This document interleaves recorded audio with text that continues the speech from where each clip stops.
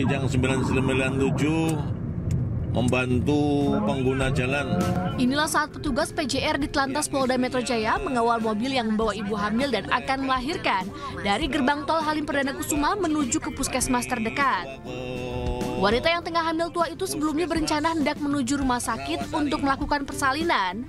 Namun karena terjebak macet panjang, wanita tersebut akhirnya mengalami kontraksi hingga pecah ketuban. Polisi yang mengetahui ada ibu yang akan melahirkan dengan sigap mengantar wanita dan suaminya ke puskesmas Rawasari Cempaka Putih. Gak apa-apa, yang penting ibunya dapat penanganan yang cepat, Pak. Oke, siap. Siap, Bapak. Menurut Kepala Satuan PJR di Telantas Polda Metro Jaya, Kompol Danardono, kedua petugas yang melakukan pengawalan adalah Aibda Putra dan Aibda Syahril. Saat sedang melakukan pengaturan, ada mobil expander berwarna hitam yang dikemudikan oleh bapak-bapak tersebut, itu berhenti.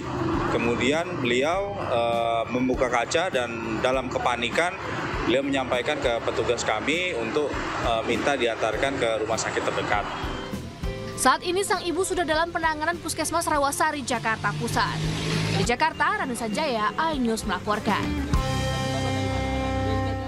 Halo, selamat siang pemirsa, senang sekali saya Syafaati Suryo kembali hadir menemani Anda dalam iNews Siang. Selain 3 berita utama tadi, iNews Siang juga akan menyuguhkan beragam informasi penting lainnya. iNews Siang kali ini kami awali dari sebuah lapak penjual bensin di Tanah Abang, Jakarta Pusat terbakar usai ditabrak sebuah taksi konvensional.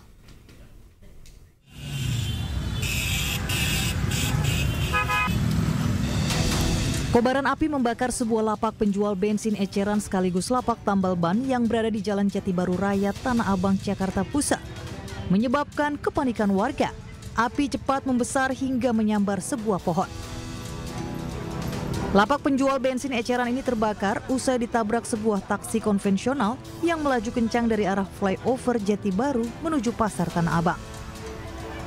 Selain lapak bensin eceran, taksi ugal-ugalan itu juga menabrak 3 unit sepeda motor hingga mengalami kerusakan parah.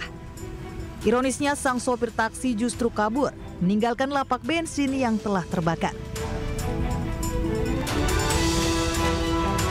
Api pun berhasil dipadamkan warga dengan peralatan seadanya. Taksi ugal-ugalan tersebut pun berhasil diamankan warga di sekitaran Pasar Tanah Abang dan dalam pemeriksaan polisi. Dari Jakarta, Rani Sanjaya, iNews melaporkan.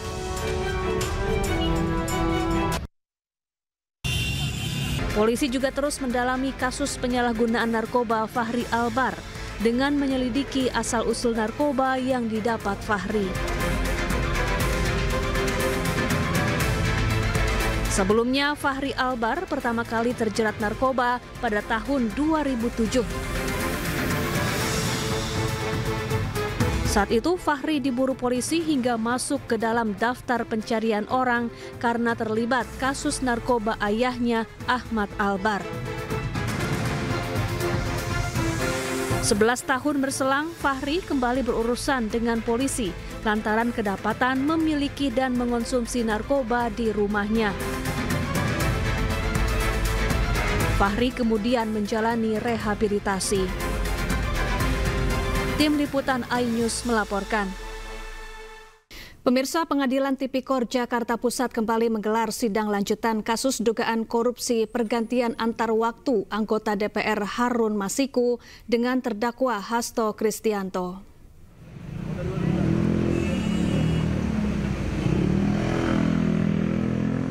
Jaksa penuntut umum menghadirkan 3 saksi, yakni Ilham Yulianto yang merupakan sopir pribadi Saiful Bahri, staf DPP PDIP Patrick Gerard, staf Wahyu Setiawan Rahmat Tonidaya. Hasto Kristianto didakwa menyuap mantan komisioner KPU Wahyu Setiawan bersama advokat Doni Tri Istiqomah, kader PDIP Saiful Bahri dan buronan Harun Masiku. Uang yang diberikan dimaksudkan agar Harun Masiku bisa mendapatkan kursi sebagai anggota DPR lewat jalur pergantian antar waktu. Selain itu, Hasto juga didakwa melakukan perintangan penyidikan. Salah satu tuduhan terhadapnya yakni yakni memerintahkan Harun dan stafnya Kusnadi merusak ponsel.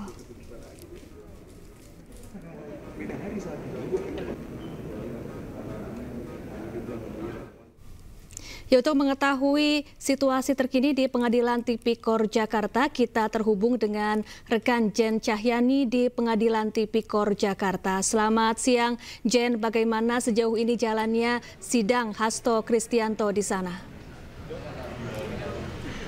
Selamat siang Syafa dan juga pemirsa. Untuk saat ini sidang Hasto Kristianto di Pengadilan Negeri Tipikor Jakarta saat ini nampaknya sudah diskors atau istirahat sementara.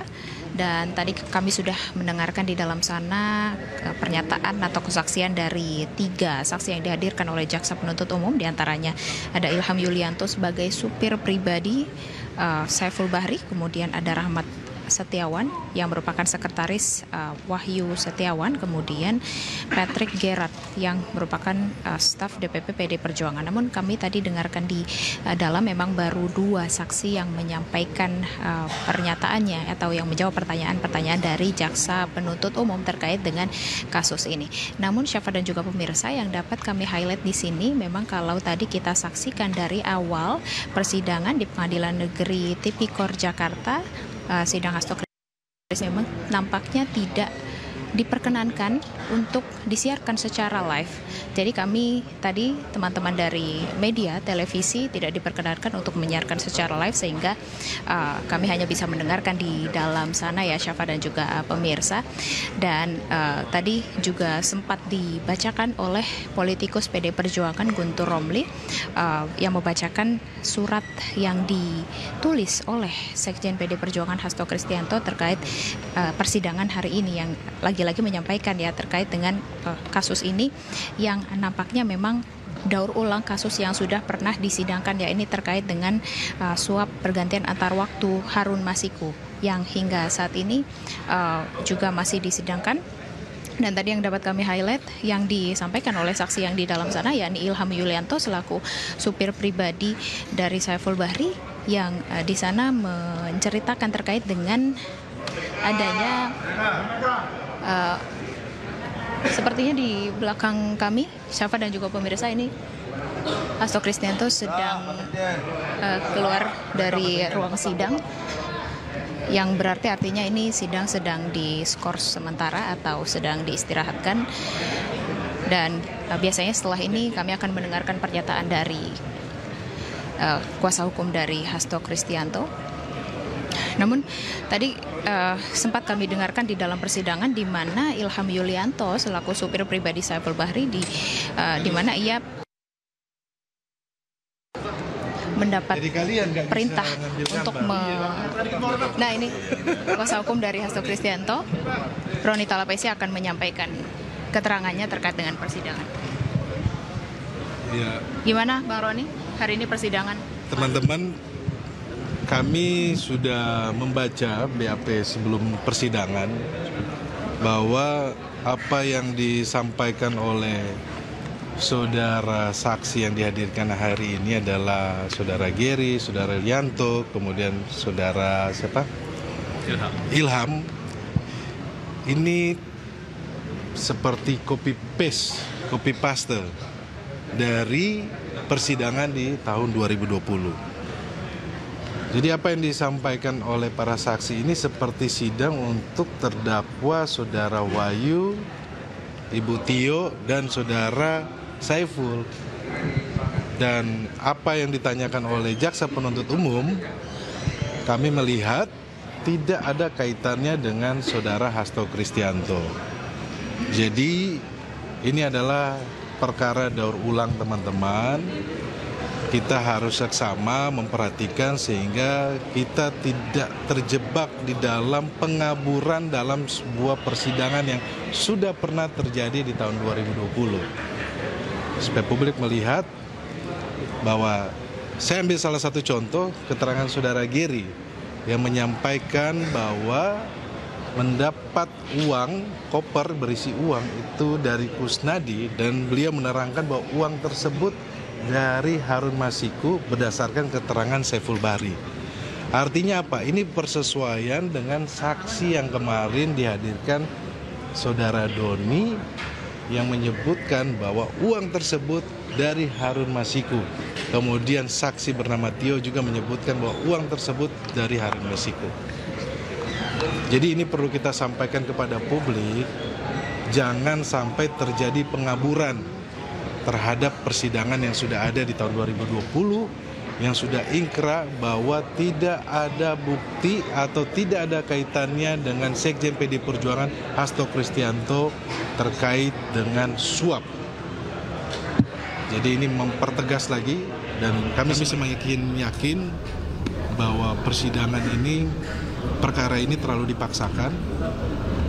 Karena contohnya kemarin saudara Tio menyampaikan bahwa sampai harus dicekal, tidak bisa izin berobat, padahal Tio sedang dalam keadaan sakit, cancer. Tapi ini adalah cara-cara yang menurut kami tidak berkeprimanusiaan dan tidak sesuai dengan etika atau moral terhadap penegakan hukum. Jadi teman-teman, nanti sebentar kita akan uji lagi terhadap saksi-saksi ini bahwa yang kita dapat hari ini, Geri menyampaikan bahwa uang tersebut bukan dari Hasto Kristianto. Kemarin kan ada dugaan perawatan pencabutan dari DPP, orang dari DPP dari keterangan Saiful Bahri, dari saksi-saksi ini, apakah dugaan tersebut masih ada atau masih tidak ada? Ya, kan kita sudah tanya ya kepada saksi kemarin, saudara Tio dan Doni, kebiasaan dari saudara Saiful ini untuk meyakinkan, yaitu membawa nama terdakwa Sekjen PD Perjuangan. Dalam hal ini saya tanyakan terkait dengan apakah ada keuntungan secara pribadi. Saksi Doni menyampaikan ya dari yang sepengetahuan beliau bahwa beliau ini dengan latar belakang bisnis tentunya punya kepentingan keuntungan secara pribadi. Dan juga tadi saksi menyampaikan bahwa saudara Saiful ini sering ke Singapura. Dan ini persesuaian dengan keterangan kemarin saudara Doni. Karena mungkin saudara Saiful ini pebisnis, dia sering ke Singapura. Tapi ini persesuaian. Jadi teman-teman, apa yang dicoba dibuktikan oleh jaksa penuntut umum ini terbantahkan juga. Tadi di persidangan saksi menyebutkan bahwa Pak Hasto bertemu dengan Ketua KPU Pak Wahyu, ini gimana?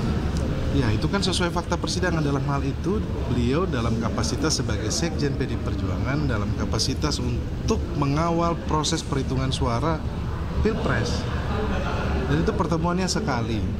Dan itu kan ke ruangan saudara Wahyu itu bersama-sama dengan perwakilan partai lain. Ini persesuaian dengan keterangan Doni yang kemarin loh. Kalau Doni kan sampaikan bahwa tidak ada pembicaraan terkait dengan Sumsel. Ini persesuaian.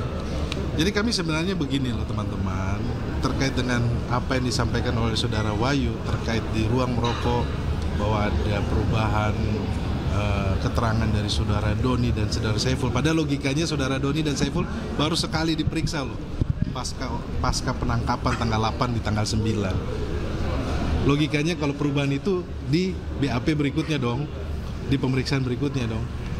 Sedangkan kalau kita memperhatikan pemeriksaan berikutnya di BAP tanggal 21 Januari, 12 Februari, 11 Februari.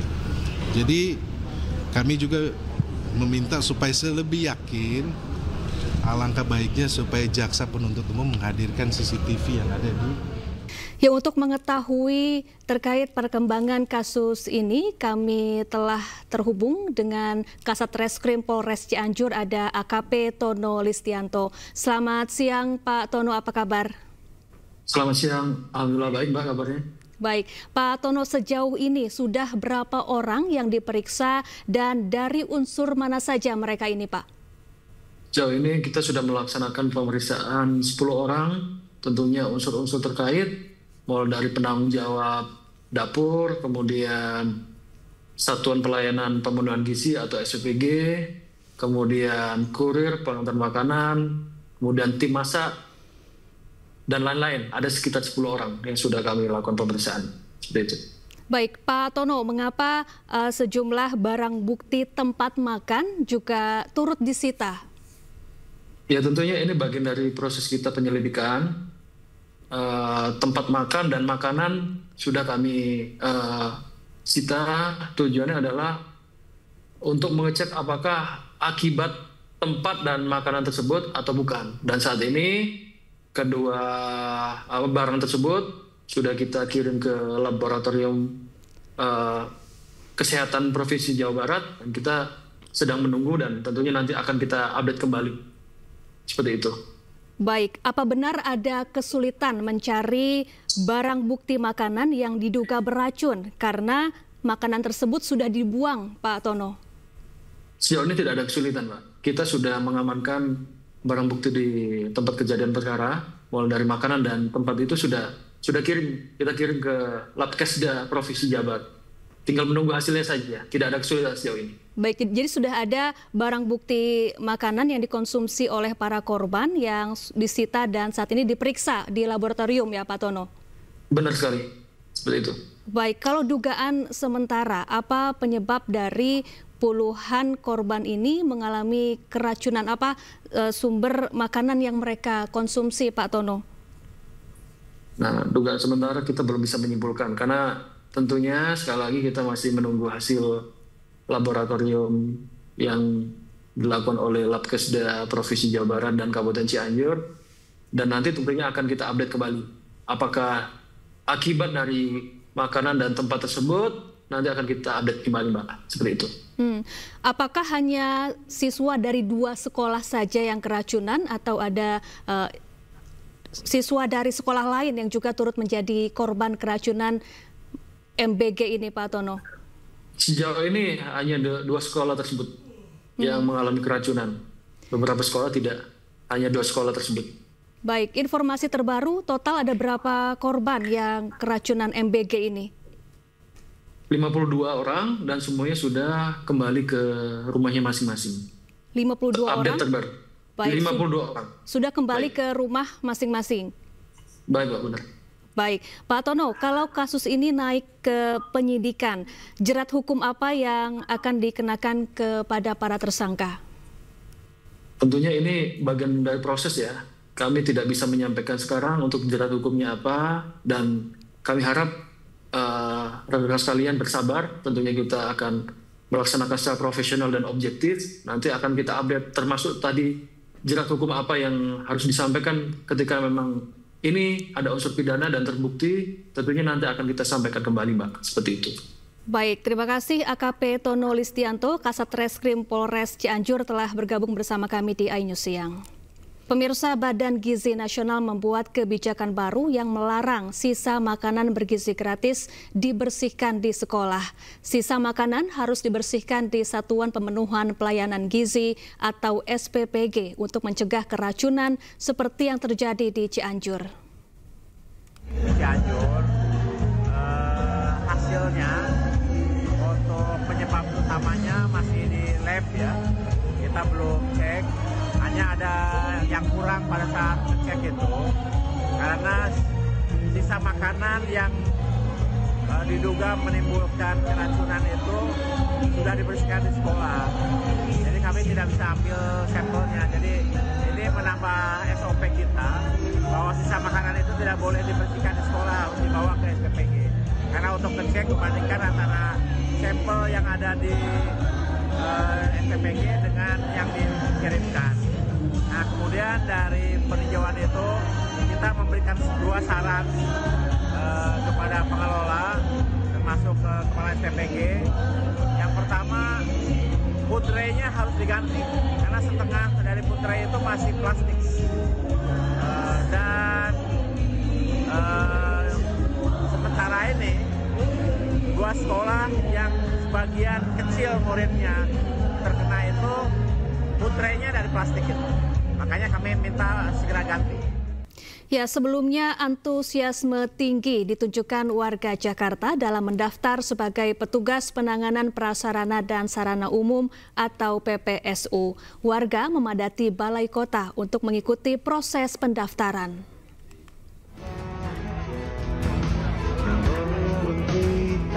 Balai Kota Jakarta dipenuhi oleh warga yang bersemangat mendaftar sebagai calon petugas PPSU.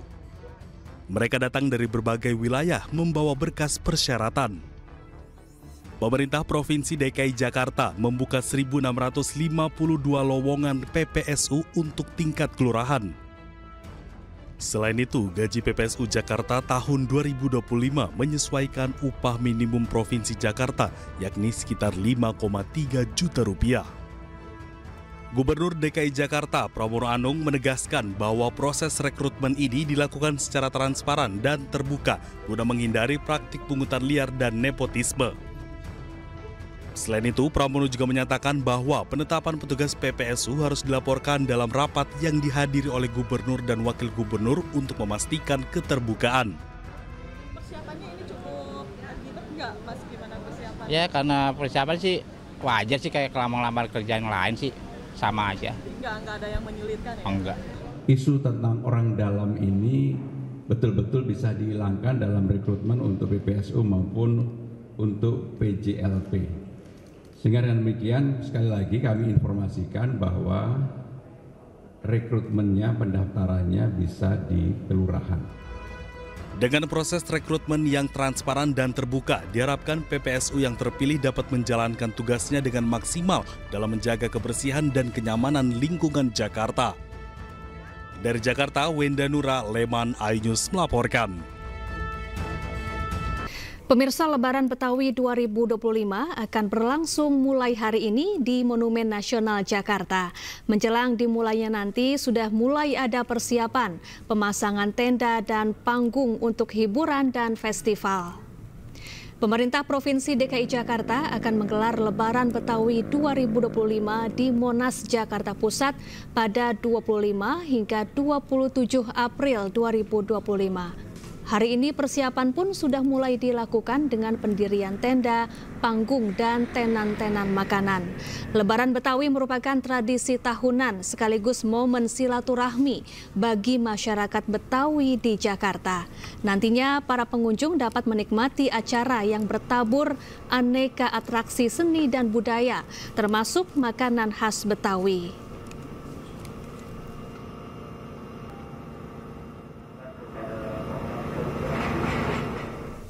Ya, untuk mengetahui situasi terkini di sana, kita sudah terhubung dengan rekan Aulina Iyasha di kawasan Monas, Jakarta Pusat. Selamat siang, Aulina. Bagaimana persiapan Lebaran Betawi?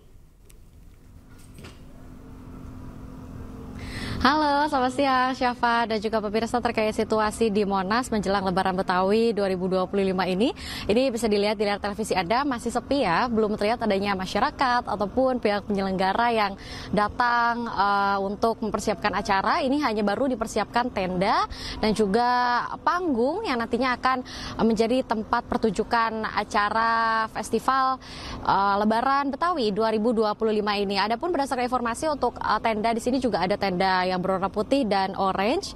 Untuk tenda yang berwarna putih ini nantinya akan dipergunakan untuk tempat-tempat tenan makanan, dan juga tenda yang berwarna orange ini untuk para tamu yang akan menghadiri di acara Lebaran Betawi kali ini.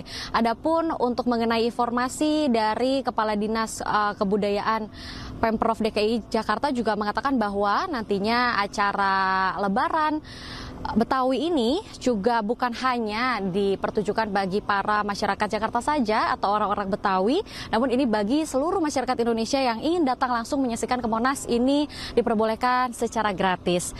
Adapun untuk tema Lebaran Betawi 2025 kali ini yakni menyongsong 5 abad Jakarta dengan semangat mempererat kearifan lokal masyarakat Betawi. Kegiatannya pun nanti akan ada apa saja? Ini pastinya banyak kegiatan menarik yang pastinya banyak sekali masyarakat yang menunggu dan ingin melihat secara langsung, yakni akan ada kegiatan pawai budaya, nantinya akan ada ondel-ondel, tanjidor, lenong, festival kuliner, ini juga akan ada beragam makanan khas Betawi, dan akan ada pertunjukan seni dan budaya seperti gambang kromong dan juga silat Betawi, dan akan ada lomba permainan tradisional khas Betawi, yakni akan ada panjat pinang, balap karung, dan juga congklak. Nah, untuk Lebaran Betawi 2025 ini juga Dasar informasi yang Anda sebutkan tadi ini adalah tradisi tahunan, biasanya berlangsung setelah Idul Fitri dan disambung dengan adanya Lebaran Betawi ini. Karena berdasarkan informasi dari Kebudayaan Jakarta, ini adalah untuk memperpanjang atau mempererat silaturahmi antar masyarakat Betawi yang sudah berlangsung sampai saat ini. Adapun beberapa tujuan dari Lebaran Betawi 2025 ini juga banyak memiliki makna, yakni melestarikan budaya Betawi dan juga mempererat rasa cinta terhadap budaya lokal dan juga mempererat silaturahmi antar masyarakat Betawi. Syafa. Baik, terima kasih Aulina Iyasha langsung dari Monas, Jakarta Pusat. Tentunya ini bisa menjadi pilihan hiburan akhir pekan yang murah meriah bagi warga Jakarta. Terima kasih dan selamat bertugas kembali. Pemirsa, Wakil Menteri Ketenagakerjaan Immanuel Ebenezer menyoroti dugaan eksploitasi anak yang menjadi pemain sirkus Taman Safari. Meski belum ada laporan resmi, namun pemerintah berkomitmen akan terus melindungi hak-hak pekerja termasuk di industri hiburan.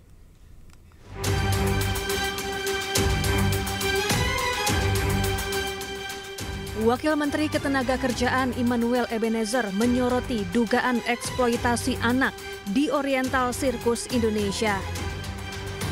Ebenezer menegaskan anak-anak di bawah umur dilarang terlibat dalam aktivitas kerja, termasuk industri hiburan seperti sirkus.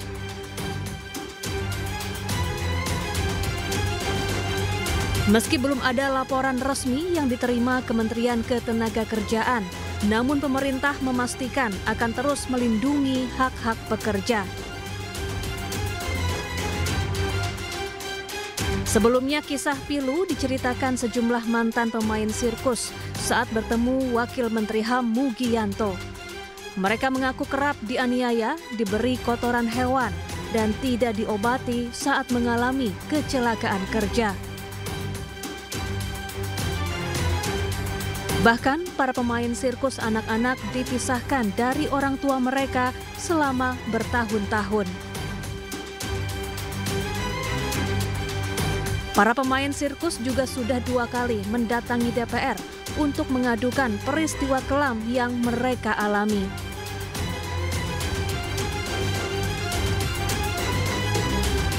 Ternyata di Taman Safari saya lebih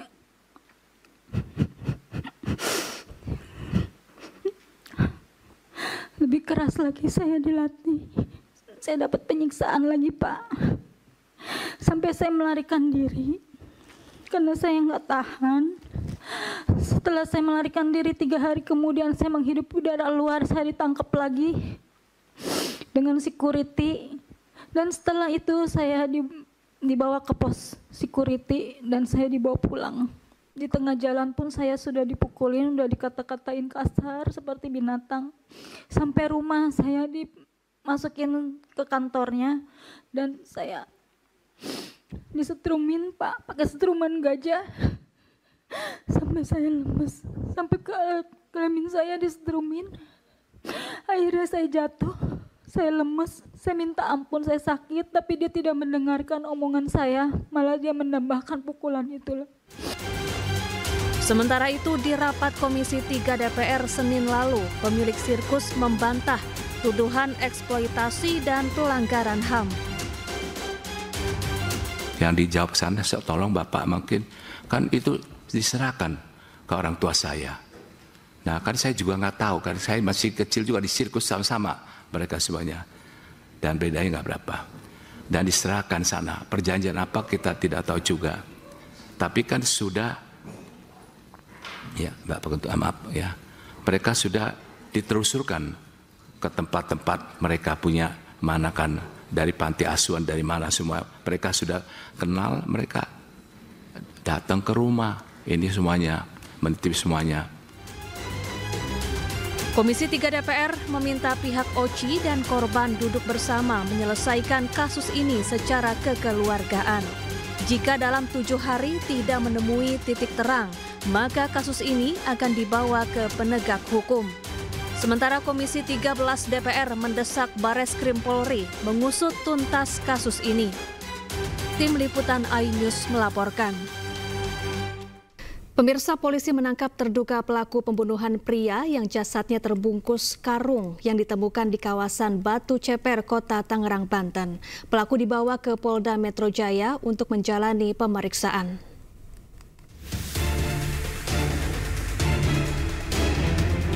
Subdit Jatanras Ditreskrimum Polda Metro Jaya meringkus seorang pria, terduga pelaku pembunuhan pria yang jasadnya terbungkus dalam karung. Pria ini ditangkap saat sedang tidur di sebuah rumah di kawasan Panunggangan Utara, Kota Tangerang, Banten. Pria berinisial N alias R dibawa polisi ke Polda Metro Jaya untuk menjalani pemeriksaan. Diduga motif pembunuhan karena ada masalah pekerjaan di tempat kerja.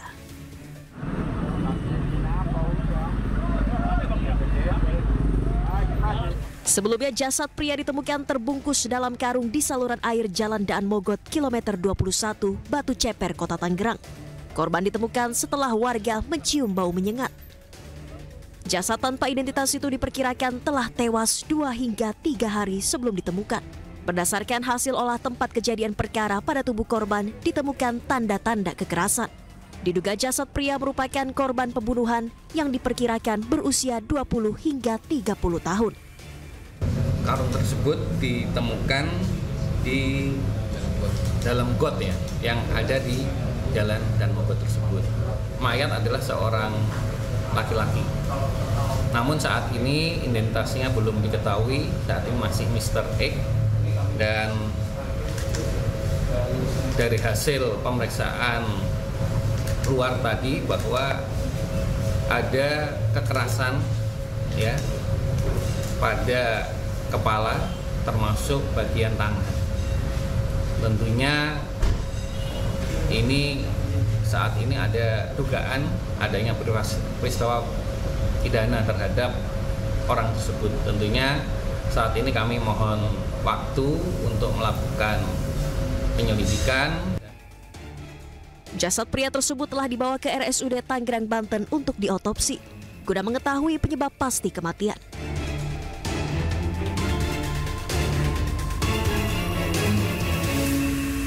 Seorang pria di Kabupaten Maros, Sulawesi Selatan tertusuk senjata tajam yang ia gunakan saat melakukan ritual adat prosesi pernikahan. Korban tewas dengan kondisi luka tikaman di bagian dada.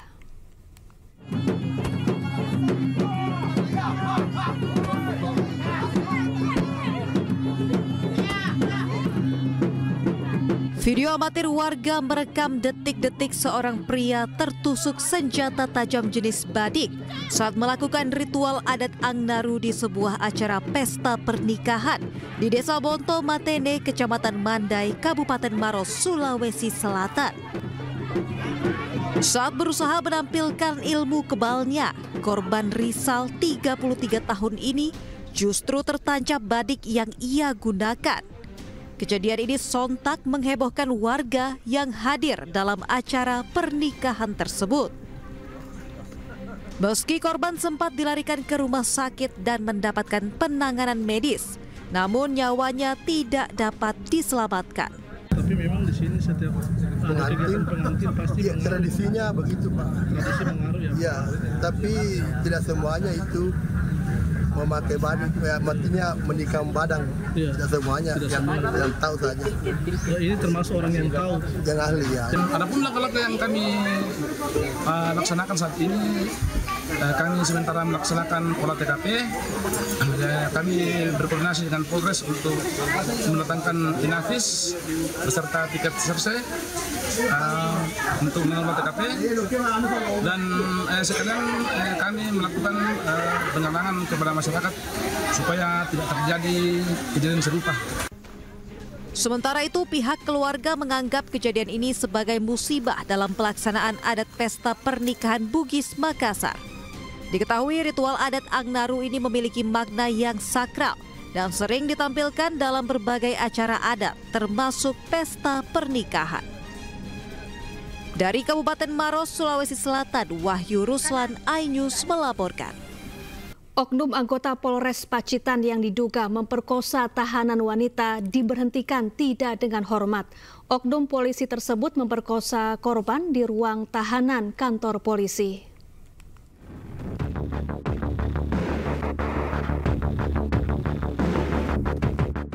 Bidang Propam Polda Jawa Timur akhirnya memutuskan pemberhentian tidak dengan hormat terhadap oknum polisi Polres Pacitan berinisial LC yang melakukan pemerkosaan terhadap tahanan wanita di Polres Pacitan. Diketahui aksi bejat oknum polisi tersebut dilakukan sejak bulan Maret hingga awal April. Aksi cabul ini dilakukan oleh oknum polisi sebanyak 4 kali di ruang berjemur tahanan wanita Polres Pacitan, Jawa Timur. Dalam sidang etik Polri ini, oknum polisi terbukti melakukan tindakan perbuatan tercela dan dijatuhi hukuman pemberhentian tidak dengan hormat atau dipecat.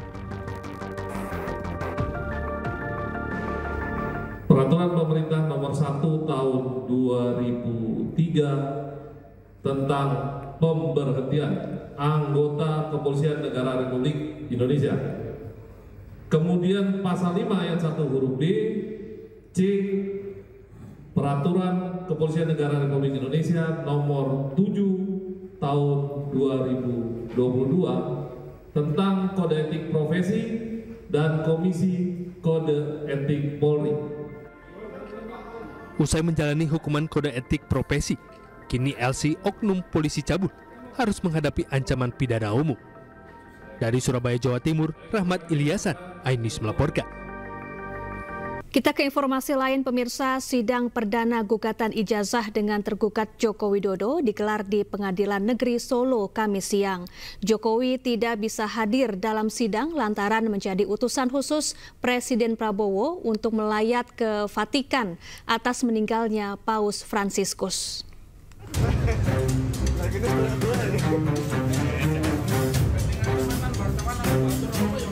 Pengacara asal Solo, Muhammad Taufik sebagai pihak penggugat mendatangi Pengadilan Negeri Solo bersama sejumlah kuasa hukumnya menghadiri sidang perdana dalam perkara ijazah Presiden ke-7 Joko Widodo. Taufik tidak berkomentar saat ditanyai sejumlah persiapan sidang oleh awak media. Sidang gugatan ijazah Presiden ke-7 Joko Widodo digelar di ruang Suryadi. Sidang sempat diskorsing selama 20 menit karena kuasa hukum tergugat 3, yakni SMA Negeri 6 Solo, belum didaftarkan. Sementara itu sebagai pihak tergugat 1, Joko Widodo sendiri tidak bisa hadir dan diwakili kuasa hukumnya. Menurut kuasa hukumnya, Jokowi tidak bisa hadir karena menjadi utusan khusus Presiden Prabowo untuk melakukan lawatan ke Vatikan atas meninggalnya Paus Fransiskus. Kuasa hukum Jokowi juga menyebut agenda sidang perdana kali ini adalah mediasi. Dalam mediasi tentu saja saya ingin mengetahui terlebih dahulu resume yang dibuat oleh pihak penggugat seperti apa tuntutannya kepada pihak tergugat. Nah, setelah mengetahui apa yang dibuat oleh penggugat melalui kuasa hukumnya berupa resume, saya baru bisa konsultasi kepada Pak Jokowi apakah perlu dipenuhi atau tidak. Jadi saya tidak bisa untuk memutuskan seketika tanpa terlebih dahulu untuk melakukan konsultasi dan koordinasi dengan Pak Jokowi. Setidaknya ada 4 pihak yang menjadi tergugat dalam kasus ijazah Jokowi ini. Selain Jokowi sebagai tergugat 1, kemudian ada KPU Kota Solo sebagai tergugat 2, SMA Negeri 6 Solo sebagai tergugat 3, dan Universitas Gadjah Mada sebagai tergugat 4. Sidang dipimpin Ketua Majelis Hakim Putu Gede Haryadi dengan anggota Sutikna dan Wahyuni Prasetyaningsih. Dari Solo, Jawa Tengah, Septiantoro, iNews melaporkan. Ya, selain sidang perdana terkait gugatan ijazah, sidang perdana gugatan Wan Prestasi mobil SMK dengan tergugat Presiden RI ke-7 Joko Widodo ditunda di Pengadilan Negeri Surakarta karena Kiai Haji Ma'ruf Amin tidak hadir. Sementara itu di Pengadilan Negeri Tangerang, ketidakhadiran saksi kunci dalam sidang sengketa tanah sempat membuat suasana persidangan memanas.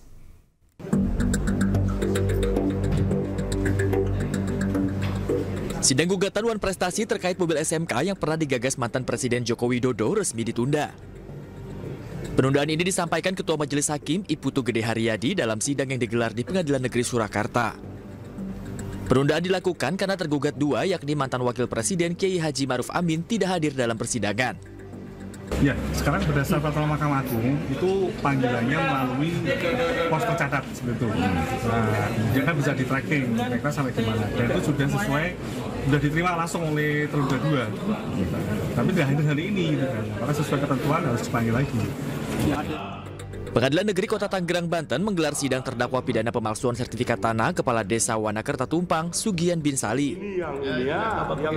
Sidang sempat ricuh lantaran terdakwa mempermasalahkan ketidakhadiran saksi kunci, yakni mantan Ketua Panitia Pendaftaran Tanah Sistematis Lengkap dari kantor ATR BPN Kabupaten Tanggerang. Kami sangat menyayangkan di dalam persidangan ini saksi-saksi yang dilakukan oleh JPU tidak maksimal dihadirkan, termasuk Ketua Panitia PTSL, di mana tidak dihadirkan walaupun sudah ada pemanggilan, tapi tidak dilakukan pemanggilan kedua kali lagi untuk hadir. Sidang ditunda dan dilanjutkan kembali pada hari Senin tanggal 28 April 2025 dengan agenda menghadirkan para saksi. Dari Surakarta, Jawa Tengah dan Tanggerang, Banten, Septiantoro dan Sukron, iNews melaporkan.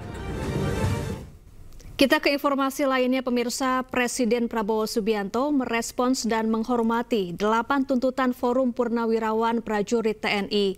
Melalui penasihat khusus Presiden bidang politik dan keamanan Wiranto, permintaan telah sampai ke tangan Presiden dan tengah dipelajari dengan seksama.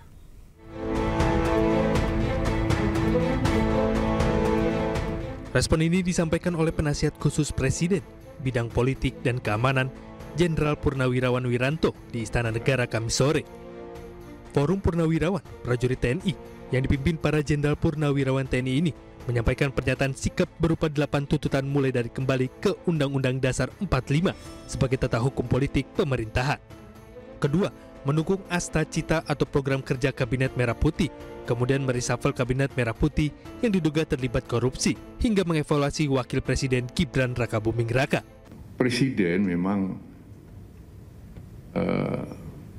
menghormati dan memahami ya pikiran-pikiran itu, karena kita tahu beliau dan para purnawirawan satu alma mater ya, satu perjuangan, satu pengabdian, dan tentu punya sikap moral yang sama ya dengan jiwa sabta marga ya dan sebuah prajurit itu. Ya. Oleh karena itu beliau memahami itu. Ya. Namun tentunya Presiden sebagai kepala negara, kepala pemerintahan, Panglima tertinggi TNI tidak bisa serta-merta menjawab itu. Ya. Spontan menjawab tidak bisa karena apa? Beberapa alasan ya. Yang pertama kan beliau perlu mempelajari dulu ya isi dari statement itu, isi dari usulan-usulan itu. Dipelajari satu persatu karena itu masalah-masalah yang tidak ringan ya, masalah yang sangat fundamental ya. Pernyataan sikap 8 tuntutan Forum Purnawirawan Prajurit TNI ditandatangani oleh para mantan petinggi TNI mulai dari Jenderal Purnawirawan Fahrul Razi, Jenderal Purnawirawan Tiasno Sudarto, Laksamana TNI Purnawirawan Slamet Subianto, Marsekal TNI Purnawirawan Hanafi Asnan, dan mantan Wakil Presiden ke-6 RI Jenderal TNI Purnawirawan Trisutrisno. Tim Liputan iNews melaporkan. Masih di iNews Siang bersama saya Togi Sinaga. Pemirsa, penyanyi Windy Yunita Bestari Usman menangis usai diperiksa Komisi Pemberantasan Korupsi. Windy diperiksa sebagai saksi kasus tindak pidana pencucian uang yang menjerat mantan Sekretaris Mahkamah Agung Hasbi Hasan. Windy Yunita membantah pernah menerima uang atau barang titipan dari tersangka TPPU Hasbi Hasan. Artis jebolan ajang pencarian bakat ini mengaku dirinya hanya menjadi korban. Sebelumnya KPK sudah menetapkan Windy sebagai tersangka. Windy juga sudah dicegah bepergian ke luar negeri. Adapun kasus ini melibatkan mantan Sekretaris Mahkamah Agung Hasbi Hasan yang juga terjerat kasus suap pengurusan perkara koperasi simpan pinjam inti dana. Saya punya keluarga juga, saya punya kerjaan. Semoga orang-orang bisa dilembutkan hatinya dan di sini mudah-mudahan semua korban ya. Mohon doa aja ya. Mbak jadi korban. Semua korban, Mbak maksudnya korban atau korban ya? Ya, Mbak merasa Mbak korban dikasih. Mohon doa aja, semoga ada ya, orang-orang yang punya hati ngeliat saya. Dan gitu aja. Harus berapa dekat sih Mbak sama Pak Hasan? Karena kalau dari saya pribadi udah cukup menguras tenaga gitu. Saya punya keluarga juga, saya punya kerjaan yang rusak semua juga. Saya ingin punya masa depan gitu. Semoga aja nanti kasusnya bisa cepat beres. Udah capek banget. Kita ke informasi lainnya, pemirsa. Wakil Menteri Ketenagakerjaan Immanuel Ebenezer kembali melakukan sidak terhadap perusahaan yang menahan ijazah karyawan. Pemimpin perusahaan tak kunjung menemuinya. Immanuel pun kesal dan mengamuk. Saya dipaksa. Siapa yang maksa kamu? Siapa yang maksa? Itu kurang aja begitu ya, ngomong paksa. Sabar ya. Bilang maksa, siapa yang maksa kamu? Aduh, saya tadi bilang telepon. Kayak apaan aja kita? Kasih aja nomornya di sini, kita nggak maksa. Sekarang kita mau konfirmasi. Iya. Maksa kamu ngomongnya. Sama nih kayak Surabaya nih, konyolnya nih. Wakil Menteri Ketenagakerjaan Republik Indonesia Immanuel Ebenezer nampak kesal saat melakukan inspeksi mendadak di perusahaan Sanel Tour and Travel di Jalan Tuku Umar, Pekanbaru. Tidak ada pihak penanggung jawab perusahaan yang hadir menemuinya. Bahkan saat ia meminta untuk bertemu pimpinan perusahaan, karyawan pun tak menggubrisnya.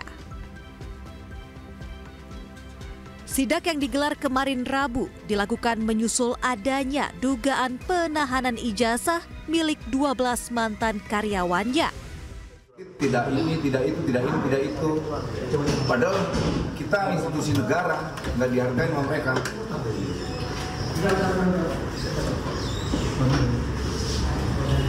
Yang jelas kami bukan sedang memeras ya, kami tidak minta duit. Kehadiran kita ke sini kita minta hak dokumentasi yang nggak boleh kalian tahan.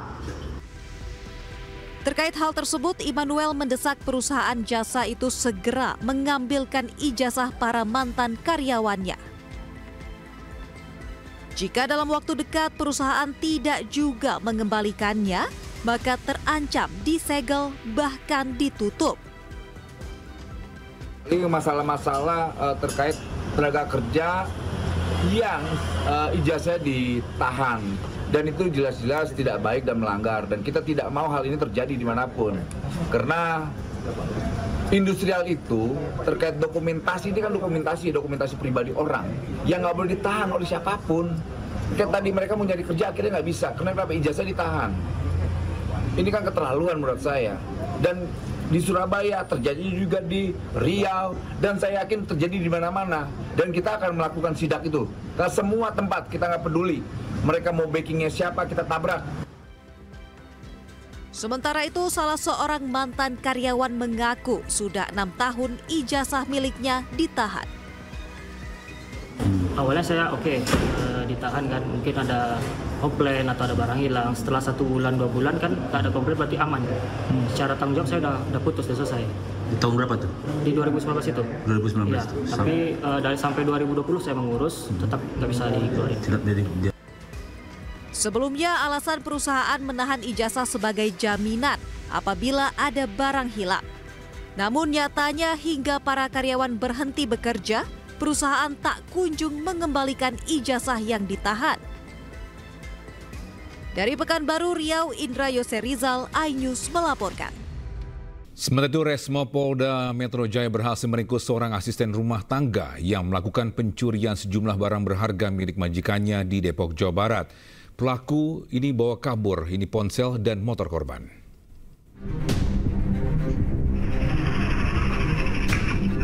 Polisi menangkap seorang asisten rumah tangga yang mencuri di rumah majikannya di Citayam, Depok, Jawa Barat. Aksi pencurian terjadi pada Februari kemarin. Pelaku membawa kabur ponsel dan sepeda motor korban. Sempat buron, pelaku akhirnya berhasil ditangkap petugas Jatanras Polda Metro Jaya di Bandung, Jawa Barat beberapa hari lalu. Dari pengakuan pelaku, awalnya ia tinggal dan bekerja di rumah korban untuk menjaga orang tua korban. Namun dituduh mencelakai orang tua korban. Kesal dengan tuduhan tersebut, pelaku akhirnya nekat mencuri harta benda majikannya sendiri. Pelaku dengan inisial TMS berhasil kami amankan di Desa Rahayu, Kecamatan Margahasi, Kabupaten Bandung. Modus operandi yang dilakukan oleh pelaku melamar kerja, kemudian esok harinya pelaku kabur dengan membawa 1 unit sepeda motor, handphone beserta barang majikannya. Pelaku rupanya merupakan residivis kasus yang sama. Dari hasil penangkapan, polisi menyita 1 unit ponsel dan 1 buah tas. Pelaku dijerat dengan pasal tentang pencurian dengan ancaman hukuman 5 tahun penjara. Dari Jakarta, Helmi Sajangbati, iNews melaporkan. Pemirsa, polisi menetapkan 3 anak perempuan di bawah umur sebagai tersangka kasus perundungan terhadap seorang anak perempuan di Tambora, Jakarta Barat. Motif tersangka aniaya korban sepele, yakni rebutan pacar.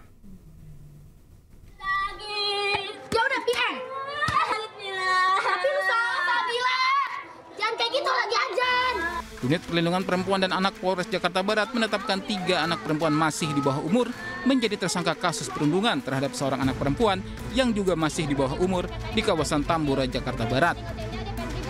Polisi telah melakukan pemeriksaan terhadap 19 saksi dan juga melakukan gelar perkara. Dari hasil pemeriksaan, ketiga bocah perempuan di bawah umur jadi tersangka karena terbukti melakukan perundungan disertai penganiayaan.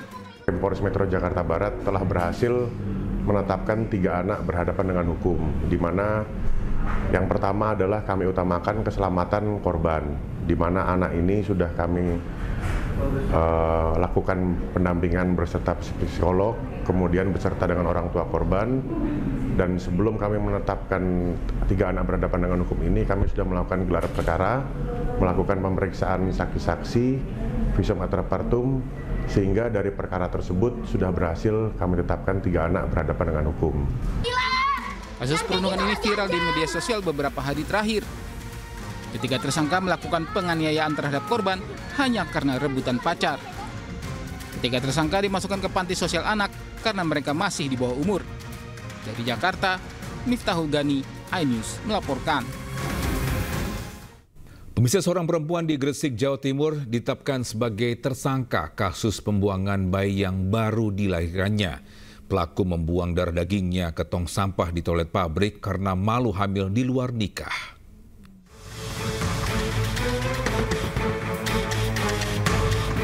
Warga menemukan sesosok jasad bayi perempuan di dalam tong sampah toilet di sebuah pabrik boneka di Kebomas, Gresik, Jawa Timur.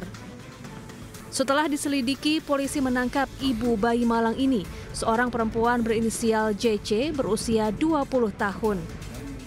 Ibu bayi diduga sengaja membunuh dan membuang bayi prematur yang baru dilahirkannya. Pelaku mengaku melahirkan seorang diri di toilet pabrik. Adapun motif pelaku membuang bayinya lantaran malu hamil di luar nikah. Ini mengakibatkan luka pada leher, mulut, dan kepala bayi sehingga bayi meninggal dunia. Untuk motif yaitu agar tidak diketahui orang lain karena status tersangka di tempat kerja belum menikah dan tidak ada orang lain yang mengetahui apabila tersangka telah hamil. Atas perbuatannya, pelaku dijerat dengan pelanggaran Undang-Undang tentang Perlindungan Anak dan terancam hukuman maksimal 20 tahun penjara. Dari Gresik, Jawa Timur, Agus Ismanto, iNews melaporkan. Sementara itu, aksi koboi warga Wonosobo menembak membabi buta dengan pistol jenis airsoft gun berakhir usai ditangkap polisi. Pelaku di bawah pengaruh alkohol, emosi ketika diberi tagihan untuk membayar.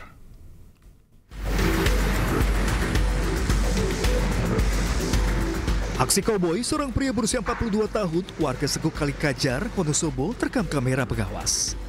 Pelaku membabi buta menembak ke arah kerumunan di dalam sebuah kafe di Desa Jolontoro, Sapurang, Wonosobo, pertengahan April 2025. Kerumunan itu bubar, namun salah satu tembakan mengenai pinggang anak di bawah umur yang tengah membersihkan kolam. Kejadian bermula saat pelaku di bawah pengaruh alkohol menolak membayar dan justru marah ketika ditagih. Pelaku yang merasa namanya cukup dikenal bahkan meminta minuman gratis hingga lakukan penembakan dengan airsoft gun. Motifnya ini sakit hati. Jadi sakit hati saat pelaku ini datang ke tempat tersebut, kemudian minum, itu ada tagihannya. Nah, pelaku di tempat tersebut memang sudah terkenal familiar. Jadi harapannya kalau ada sesuatu ya free. Nah, saat pelaku ini minum minuman keras, mabuk, dia ingat, oh ya seperti ini. Akibat kejadian ini, satu korban terkena tembakan yang kini dalam penyembuhan. Sejumlah fasilitas kafe pun alami kerusakan akibat tembakan. Pelaku diketahui menggunakan airsoft gun replika Glock 19 dengan amunisi peluru logam. Kini pelaku terancam hukuman 3 tahun 6 bulan penjara atau denda 72 juta rupiah. Dari Wonosobo, Jawa Tengah, Didi Dodo Hartono, Ayus melaporkan. Kita ke informasi lainnya, pemirsa, DPW Partai Perindo Jawa Tengah ini menggelar halal bihalal bersama pengurus DPD Partai Perindo Kota Surakarta. Halal bihalal ini sekaligus memantapkan Partai Perindo Jawa Tengah dengan menargetkan 5 kursi di Senayan pada pemilu 2029. Partai Perindo memberi perhatian besar pada Pulau Jawa sebagai kunci kemenangan pada pemilu 2029 mendatang. Untuk meraih kemenangan ini, DPW dan DPD Partai Perindo Surakarta menggelar halal bihalal sekaligus rapat koordinasi bersama jajaran pengurus serta para kader yang turut dihadiri Wakil Wali Kota Surakarta Astrid Widayani.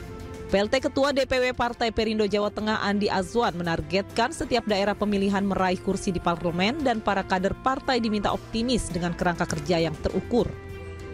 Jadi apa yang dilakukan kita ini, makanya saya tekankan adalah kolaborasi. Kalau kolaborasi kita lakukan bersama-sama, ini kita akan capai itu. Biar bagaimanapun, kalau dikatakan orang di luar sana mengatakan Perindo begini, buat kita itu adalah cambuk. Dan kita harus buktikan 2029 ini Perindo itu ada di Senayan. Sementara itu, Wakil Wali Kota Solo Astrid Widayani mengatakan pihaknya akan terus menjalin hubungan baik dan bersinergi dengan Partai Perindo, serta berkomitmen dalam mengentaskan kemiskinan. Dan kami dari pemerintah Kota Surakarta tentunya akan terus menjalin hubungan baik, sinergi antara Pemkot Solo dengan Perindo yang mana kita tahu sangat berkomitmen dalam khususnya pengentasan kemiskinan.